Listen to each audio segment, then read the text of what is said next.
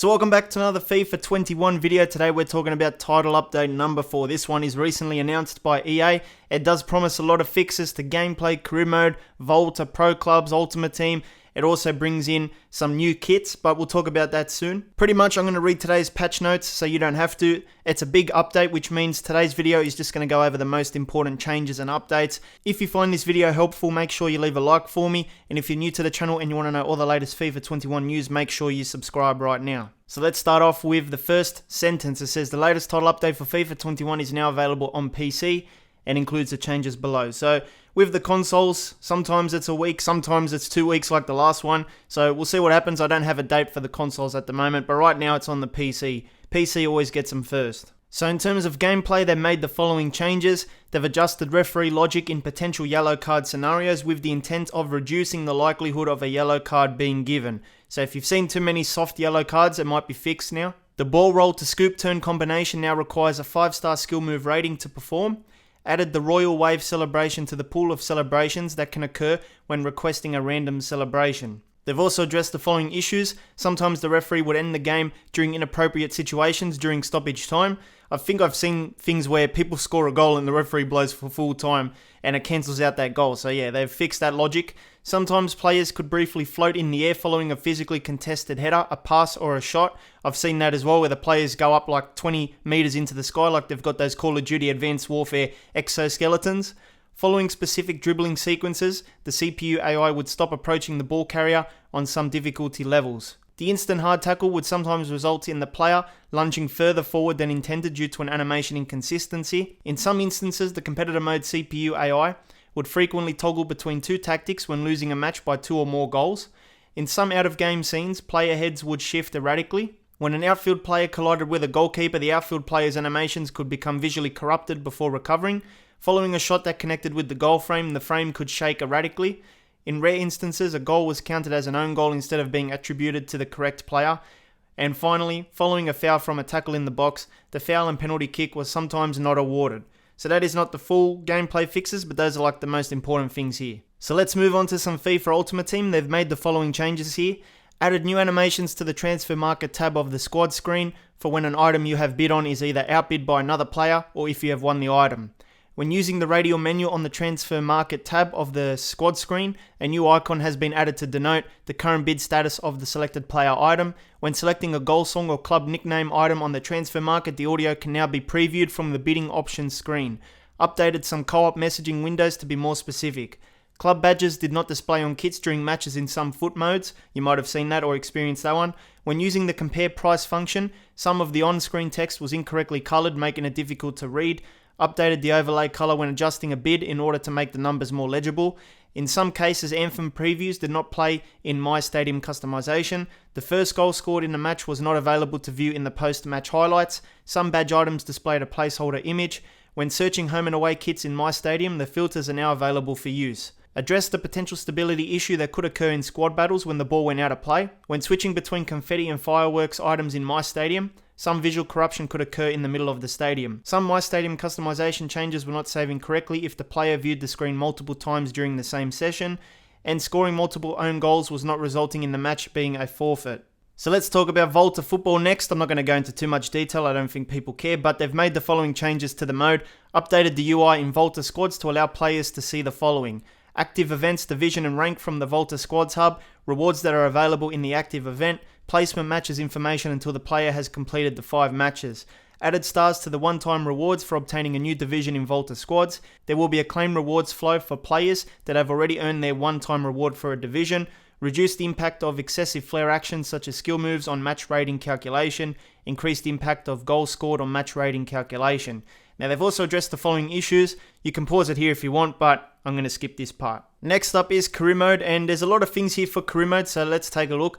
They've made the following changes to the mode. They've added the ability to select a player for a training drill when they were already selected for a training drill. Doing so will prompt a confirmation pop-up. Adjusted training UI to emphasize potential sharpness gains where appropriate. Made the schedule rules easier to view while on the weekly schedule screen for training. Increased potential variety of youth player kit styles, boots and accessories. So for youth players now you'll see different varieties. Address the following issues. An incorrect press conference question could sometimes be asked after the player won their respective league competition. When entering a match through the interactive match sim, player lock would become unavailable.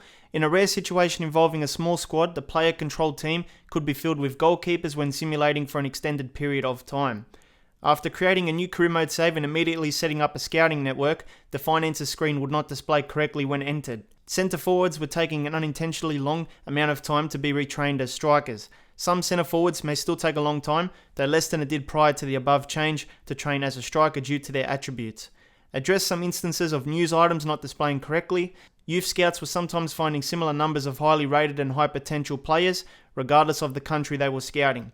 Player value could sometimes greatly exceed a player's release clause. A news story was incorrectly stating that David Silva's contract was 5 years long when it was actually 2. It was possible to view unscouted player overalls through the import team sheet screens. Changing schedule rules in the calendar or weekly schedule did not always highlight the correct dates. On the budget screen, transfers sums did not count towards the player's purchase number when the transfer was done outside of a transfer window. In some instances, the incorrect board objective was being set for the Champions League.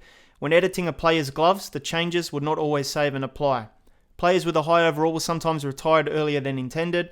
Club worth for some clubs was increasing faster than intended.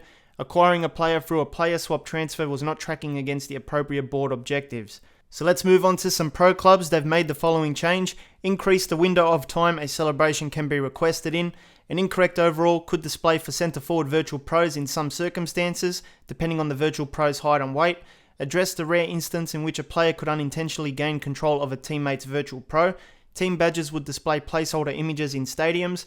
Boot customizations for AI teammates were not being saved. Next up is the general audio and visual department. They've made the following changes. Added 2 legacy player star heads for Jack Rose and Adil Rami respectively. These will be only available following a server release, and they don't give you a date. So what happened to the other 38 player faces as well that are missing? They've also updated some badges, kits, audio, ad boards, tifos, broadcast packages, stadium scenes, and banners. Address the following issues. Players who are part of the Adidas All-Stars did not appear in the club transfers list for their normal club. I think a few of you guys told me about that one.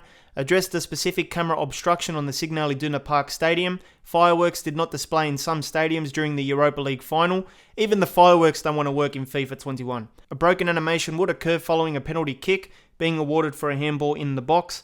Audio was sometimes cutting off for brief periods while playing a match. Address several instances of incorrect commentary occurring while in a match. Now in terms of kickoff, they've addressed the following issues. If the rewind functionality was used during the match, it would not end as a forfeit if a team ended up with 5 red cards. After rewinding, incorrect commentary would sometimes play over match highlights. After rewinding, the pause menu countdown UI could remain on screen. When viewing a replay and transitioning between players, the player indicator would move faster than intended. A team select UI element would sometimes display incorrectly when hovered over by a mouse cursor. Stability issue when selecting to play a foot match during the FIFA 21 new user flow. In Mystery Ball, when playing Volta, goal values were sometimes incorrectly tallied. Weather or pitch wear would carry over to Volta football kickoff matches if a previous 11 vs 11 kickoff match had either setting defined through the game settings. So those were the main highlights for this patch, but I've got some other specific things to talk about. So Crotone gets their full licensed kits in the game now. La Spezia also gets their licensed kits now. Even Sevilla, their kits got updated to have their sponsor Marathon Bet in the game. But there's also a guy called Blade Johnson on Twitter who actually did some mining in the database and he found all this information. So I'm going to leave his Twitter in the description. He's good to follow for the FIFA update stuff. So in terms of new kits, there's a lot of third kits now in the database, but they're still not in the game, which means the average user can't unlock these. So you're going to have to wait a while until you see these in the game. So there's Arsenal third kit, Manchester United third kit, Napoli third kit, PSG. There's a lot of teams here. Galatasaray, Fulham, Fiorentina, Barcelona as well, Everton, Celtic. Yeah, there's heaps here. This is going to be good when it comes out. There's also new balls, the Adidas FGS 21 and Nike Flight High Vis. There's some Volta ones there as well that got added. New goalkeeper gloves, Adidas and Allsport. And there's no other faces and stuff that got unlocked with this update. So overall, a pretty big patch for what it's worth. And there's some third kits that should be coming into the game really soon. I don't know when, but it should be coming. Now, title update number 4 also brings in another bug into career mode. So title update 3 brought in Prince William. Title update 4 builds upon that bug and actually puts the managers in some sort of generic kit. Obviously, this should not be happening. We started so well with career mode and now it's starting to go backwards through the updates. The updates are starting to ruin this mode. Hopefully we don't see more bugs in the future, but it feels like whenever they fix something, something else breaks, and obviously that's not a good recipe. So I hope you did enjoy this FIFA 21 Title Update 4 summary. If you enjoyed, leave a like for me. If you want to catch the latest FIFA 21 news, make sure you are subscribed to the channel. And please make sure you check out this FIFA 21 video. Hit the card in the middle. It'll take you right there. I'll see you next time.